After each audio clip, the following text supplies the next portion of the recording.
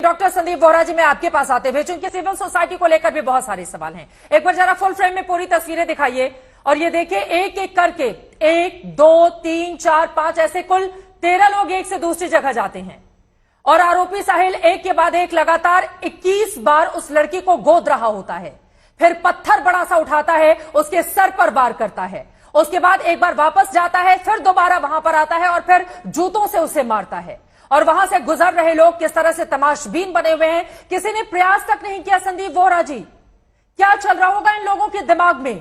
एक लड़की चीखती रही, चिल्लाती रही, लेकिन किसी ने भी उसको बचाने की कोशिश क्यों नहीं की?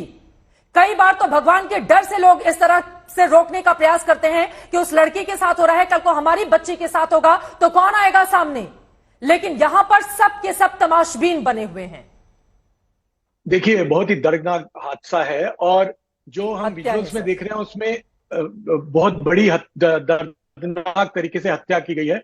और इसमें जो जिस तरीके से वो व्यक्ति लड़का ये कर रहा है, उसको देखते हुए लगता है, पहली बात उसको अगर हम देखें तो उसके अंदर एक क्रिमिनल का जो स्टाइल होता है, या एक वो व्यक्ति जो पहले इस तरह के काफी इस तरह की हरकतें कर सका है, कुछ ऐसा है। उसके बाद वो जाकर वापिस आता है तो उसकी बॉडी लैंग्वेज में एक बहुत ही डिफरेंट तरीके का कॉन्फिडेंस है कि जैसे उसको कुछ कोई कहेगा नहीं, कुछ कोई पकड़ेगा नहीं। तो जैसे अभी आपने पहले बताया, जो लोकल लोग हैं वो कहते हैं कि उनको डर रहता है, पुलिस नहीं आती। तो ये जो मॉब की साइकोलॉजी है उस पर बहुत ज्यादा डिपेंड करता है कि वो इस पूरे इंसिडेंट को किस तरीके से परसीव कर रही है। एक तरफ फियर होता है, दूसरी तरफ इंडिफरेंस होता है, तीसरी तरफ यह भी होता है कि अगर वो व्यक्ति नॉन क्रिमिनल है तो इनको लगेगा अगर इसके किसी मामले में मैंने दखल दिया तो मेरा ही मर्डर ना कर दे। तो ये कुछ भी हो सकता है। और तो ये दर्शाता है कि एक तरफ लोगों के अंदर बहुत ज्यादा, मैं ये कहूंगा कि इंडिफरेंस देखा गया और ये उनको कोई फर्क नहीं पड़ रहा। ये दर्शाता है कि हमारी सोसाइटी में बहुत ज्यादा चेंज है, जिसमें हर कोई अपने के बारे में सोचता है और जो दूसरा कोई मर रहा है तो उसको छोड़ देता है। बहुत दर्दनाक सा ये जो मर्डर किया गया, इसमें लगता है कि हमारी सोसाइटी के लिए बहुत बड़ा लेसन है कि आपको समझना चाहिए कि कल को आपका अपना कोई सगा भी वहां पे हो सकता है। बहुत शर्मनाक ये मर्डर जिस तरीके से हुआ, हमारी सोसाइटी के लिए बहुत शर्मनाक। बिल्कुल सही कहा आपने, हमारी सोसाइटी के लिए शर्मनाक है। और जो 13 लोग उधर से गुजर रहे हैं, क्या उनके भीतर की इंसानियत मर चुकी थी? क्या उनके अपने परिवार से अगर कोई होता तो इसी तरह से वो वहां पर टहल रहे होते? कोई भी बेचैनी किसी के भी भीतर उस तरह से नजर क्यों नहीं आई? सीसीटीवी कैमरे को मैंने गौर से देखा है, किसी के भीतर भी उस तरह की इंसानियत जिंदा नजर नहीं आती है। आपके घर की अगर वो बच्ची होती तो भी क्या आप ऐसा ही करते? लेकिन बड़ा सवाल कपिल मिश्रा जी, जो संदीप वोहरा जी यहां पर खड़े कर रहे हैं, घूम फिरकर मामला दिल्ली पुलिस के ऊपर आकर टिक जाता है कि अगर हमने रोकने की कोशिश की फिर हमारा साथ कौन देगा? अगर वो अपराधी है तो कल के हमारे परिवार के लिए खतरा बन जाएगा। नहीं चित्रा जी, देखिए हम पुलिस के ऊपर सवाल उठाए और 13 लोगों के सामने क्या करेगी पुलिस अगर पब्लिक के? और ऐसा ही पिछले महीने दिल्ली पुलिस के हेड कांस्टेबल दयाल जी को चाकुओं से मारा गया, इसी दिल्ली के अंदर पब्लिक के सामने मार दिया गया। दिल्ली पुलिस के कांस्टेबल रतनलाल जी गोली से मारे गए। दिल्ली पुलिस के ही कांस्टेबल मेधालाल जी के गोली लगी जहांगीरपुरी में। कितने दिल्ली पुलिस के जवान, हम दिल्ली पुलिस के ऊपर सवाल उठा रहे हैं।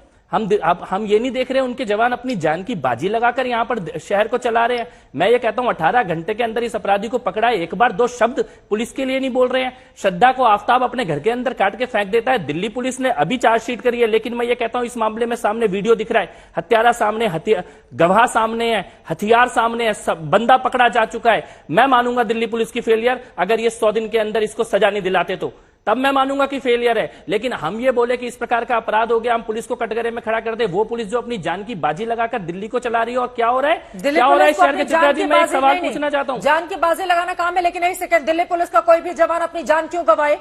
दिल्ली पुलिस का इकबाल रहना चाहिए ना कि दिल्ली पुलिस के किसी भी व्यक्ति या किसी भी इस तरह के अधिकारी के ऊपर हथियार उठाने से लोग बचे। कैसे रहेगा इकबाल? चित्रा जी, कैसे रहेगा? नहीं, कैसे रहेगा इकबाल? दिल्ली पॉलिटिक्स होती है। मैं पूछना यूपी का एग्जांपल सामने है ना, यूपी में अपराधियों को लेकर किस तरह की लगाम कसी गई है। मेरी एक बात सुननी पड़ेगी आपको मेरी। लाल किले पे चढ़ जाते हैं पुलिस वालों को मारते हुए, पुलिस वाले को हाथ पीछे बांधने पड़ते हैं, जंतर मंतर में घेर देते हैं पुलिस वाले को मारते हुए, दिल्ली के बॉर्डर बंद कर देते हैं। आप दिल्ली की पुलिस के ऊपर सवाल उठाने से पहले उन अपराधियों से सवाल उठाओ जो रोज जंतर मंतर को, टीकरी बॉर्डर को, ये लाल किले को बंद करके दिल्ली के अंदर आधी पुलिस को तो इनके पीछे भागना पड़ता है, जो दिल्ली में रोज तमाशा करते हैं नकली आंदोलनों का, दिल्ली के बॉर्डर बंद करके बैठे हुए होते हैं। आधी दिल्ली पुलिस कहां पे खड़ी है? ये सवाल उन लोग जो आज दिल्ली पुलिस के ऊपर सवाल उठा रहे हैं, मैं उनसे पूछना चाहता हूं, दिल्ली पुलिस को बदनाम करने का काम, उसका सिर झुकाने का काम कर रहे हो और अपराधियों को बढ़ाने का काम कर रहे हो। बोलो ना इस साहिल के खिलाफ, बोलो आफ्ताब के खिलाफ बोलो, अगर तुम्हारी कौन हिम्मत है रोकेगा तो। फिर? बोलने से क्या होगा? पुलिस रोक बोल रही दिया है। मैंने, ठीक नहीं, है। नहीं, चित्रा जी, आपसे साहिल नहीं ने पूछना साक्षी का नहीं, एक आपको सेकंड बोल दिया, सबने बोल दिया कि इसने साहिल ने साक्षी का मर्डर किया, ठीक है। आप कह रहे हैं लव जिहाद है, चलो इसको भी मान लिया। इसके आगे क्या?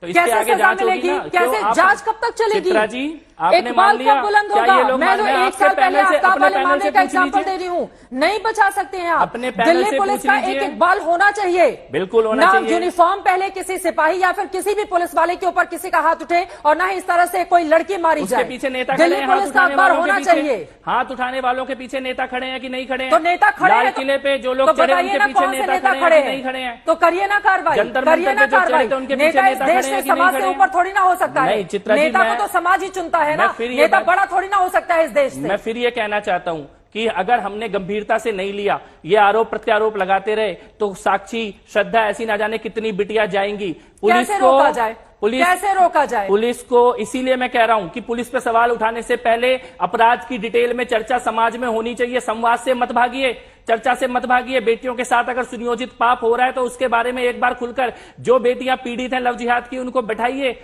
चर्चाओं में, संवादों में उनके मुंह से सुनिए उनके साथ क्या हुआ है। तब होगा जन जागरण, तब आएगी अवेयरनेस, तब एक बेटी 2 बार सोचेगी कि कहीं मेरे साथ झूठा कलावा, झूठा तिलक लगा के तो नहीं बैठा। लेकिन नकार देंगे, चर्चा नहीं करेंगे, बात नहीं करेंगे, पुलिस पे, इस पे, उस पे, नेताओं पे गाली देते रहेंगे और बेटियां लव जिहाद का शिकार होती रहेंगी। मैं फिर हाथ जोड़ के निवेदन कर रहा हूं, गंभीर विषय है, छोटी चर्चा है, इसके ऊपर इल्जाम मत लगाइए। लव जिहाद पे गंभीरता से संवाद, राष्ट्रव्यापी चर्चा देश में करने का समय आ गया है। मत भागो इस चर्चा से। रोज एक बेटी को खो रहे हैं, पूरे देश में खो रहे हैं।